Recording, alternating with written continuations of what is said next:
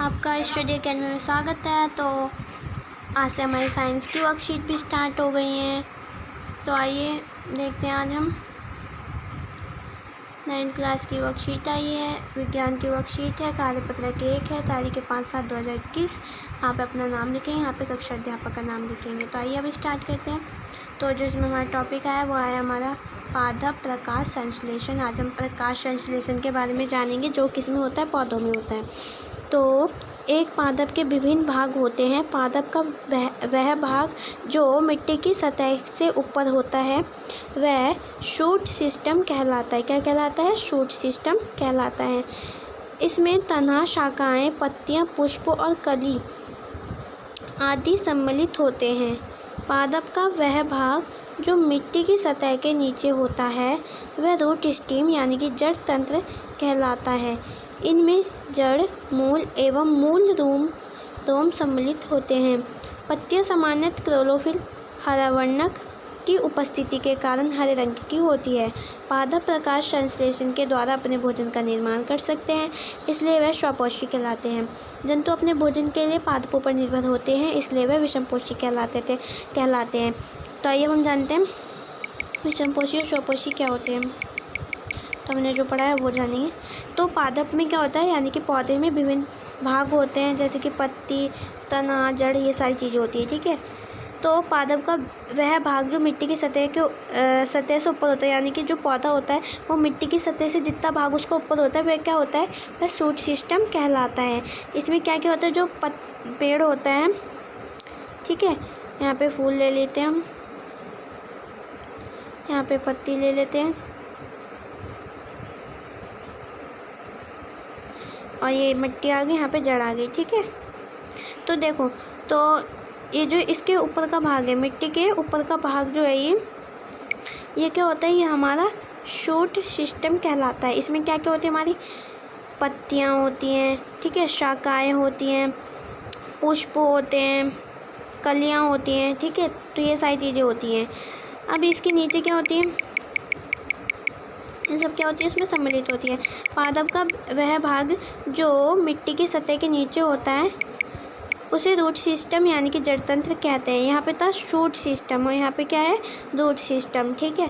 तो जो पौधे के नीचे की जड़ें होती हैं और नीचे के जो भाग होते हैं उसे क्या कहते हैं, हम रूट सिस्टम कहते हैं। इसमें क्या होती है, इसमें जल, मूल और क्या होती है, मूल रोम सम्मिलित होती है। उसमें हमारी तना, शाखाएं, पत्तियां, पुष्प और कली सम्मिलित होती है। और जो पौधे के नीचे वाले भागों में होती हैं जो जल, मूल और मूल रोम होती हैं, उन्हें क्या बोला जाता है, रूट सिस्टम बोला जाता है। तो यहाँ तक समझ आ गया। और इसके बाद है हमारा पत्तियां सामान्यतः क्लोरोफिल हरावर्णक की उपस्थिति के कारण हरे रंग की होती है। जो पत्तियां होती है वो हरे रंग की होती है, वो क्लोरोफिल के द्वारा हरे रंग की होती है। और पादप प्रकाश संश्लेषण द्वारा क्या करते हैं, अपने भोजन का निर्माण करते हैं। और पौधे क्या कहलाते हैं, स्वपोषी कहलाते हैं, क्योंकि वो अपना भोजन खुद ही अपने भोजन को क्या करते हैं, अपने भोजन का निर्माण करते हैं। और जंतु अपने भोजन पादपों पर निर्भर रहते हैं, यानी कि जो जंतु होते हैं वो दूसरे पादपों पर निर्भर होते हैं, तो वो विषमपोषी जीव कहलाते हैं।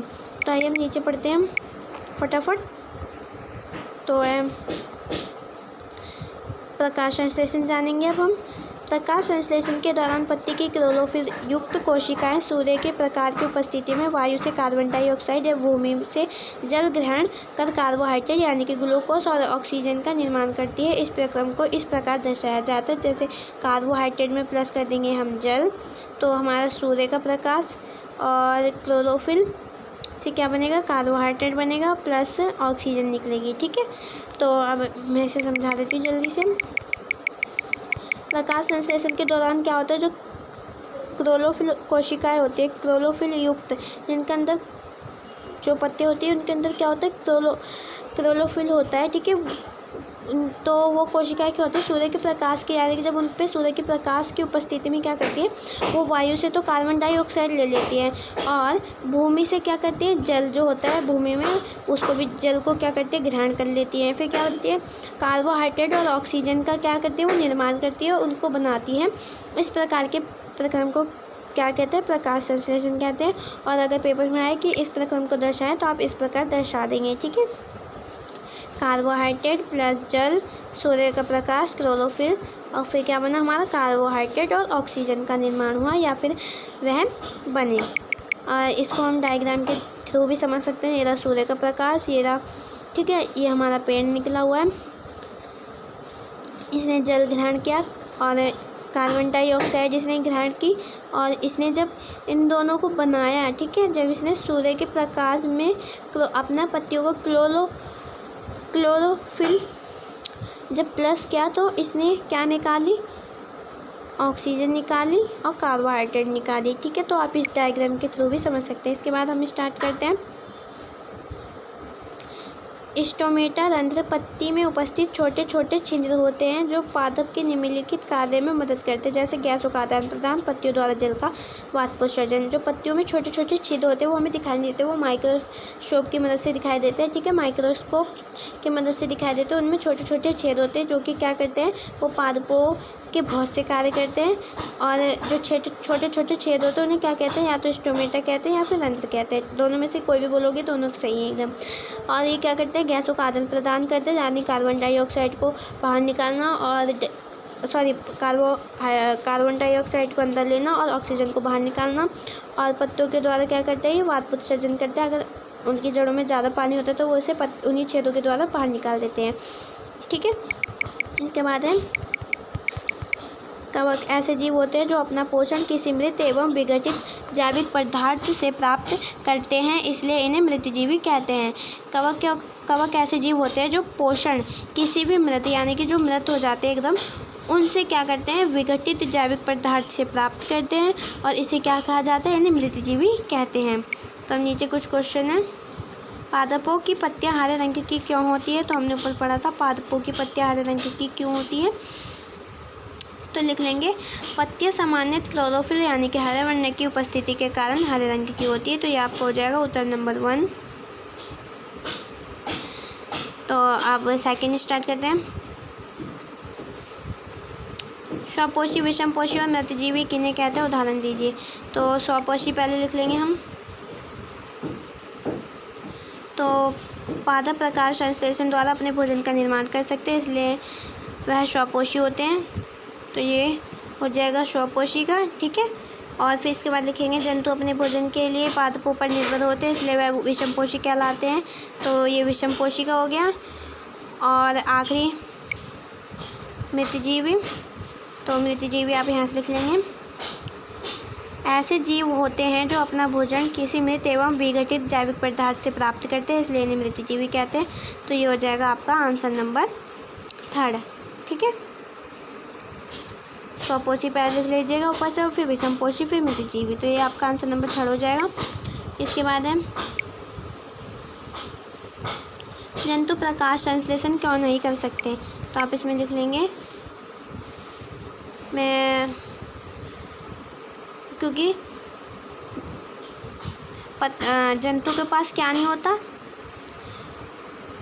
उनके पास प्रकाश संश्लेषण नहीं होता, ठीक है। तो यहाँ पे आप लिख लेंगे, क्योंकि जंतुओं के, मैं बोल रही हूँ आप लिख सकते हैं, आई होप, क्योंकि आप 9th क्लास में, तो आप खुद भी लिखना सीख जाइए, क्योंकि पेपर में आपको फिर दिक्कत पड़ेगी। तो मैं आपको इसका आंसर बोल देती हूँ, आप खुद करिएगा। तो आप इसमें लिखेंगे,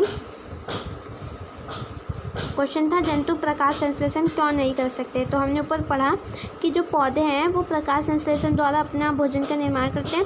तो आप यहाँ लिखेंगे, जंतुओं के पास, ठीक है, जंतुओं के पास प्रकाश संश्लेषण करने के लिए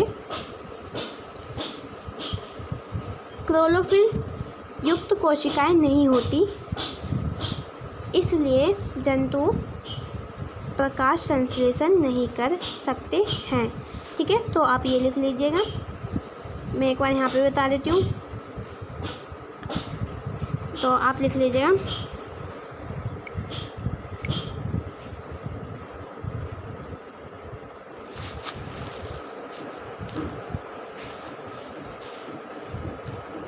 जंतु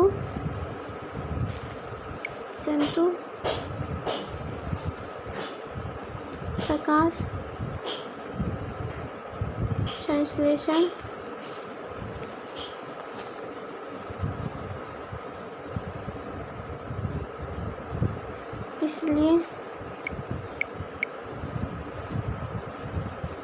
इसलिए नहीं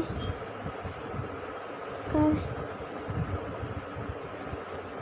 सकते क्योंकि लिखेंगे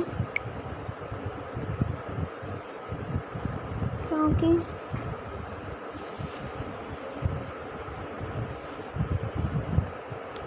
उनके पास किलोलो, आप किलोलो लिखेंगे,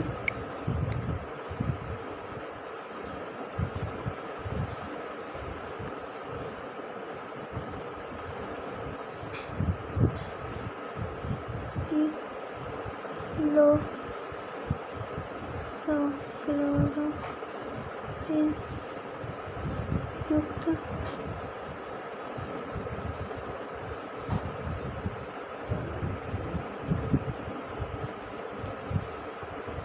कोशिकाएं नहीं होती। ठीक है, तो आप यहाँ लिख लेंगे ये रहा क्वेश्चन, ये आंसर नंबर आपको कौन सा हो गया, 3rd। ठीक है, तो आप ये लिख लेंगे जंतु प्रकाश संश्लेषण इसलिए नहीं कर सकते क्योंकि उनके पास क्लोरोफिल युक्त कोशिकाएं नहीं होती। तो ये है आपका आंसर। और मैंने आपको बोला था आप खुद भी लिख सकते हैं, मैंने आंसर बोल दिया था। प्रकाश संश्लेषण किसे कहते हैं? प्रकाश संश्लेषण किसे कहते हैं, चित्र द्वारा स्पष्ट कीजिए। तो आप ऊपर लिख लेंगे, पहले आप पूरा यहाँ से यहाँ तक का उतार दीजिएगा। ठीक है, और फिर उसके बाद ये बना दीजिएगा, ये एक फॉर्मूला है। उसके बाद आपको ये चित्र बनाना है, ये हो जाएगा हमारा आंसर नंबर 4। तो आई होप आपको आज की वर्कशीट जो है वो अच्छी लगी है, तो प्लीज़ उसको लाइक, कमेंट और शेयर करिएगा। और अगर आपको इस वर्कशीट में कोई भी दिक्कत हो तो आप कमेंट करके ज़रूर बताइएगा।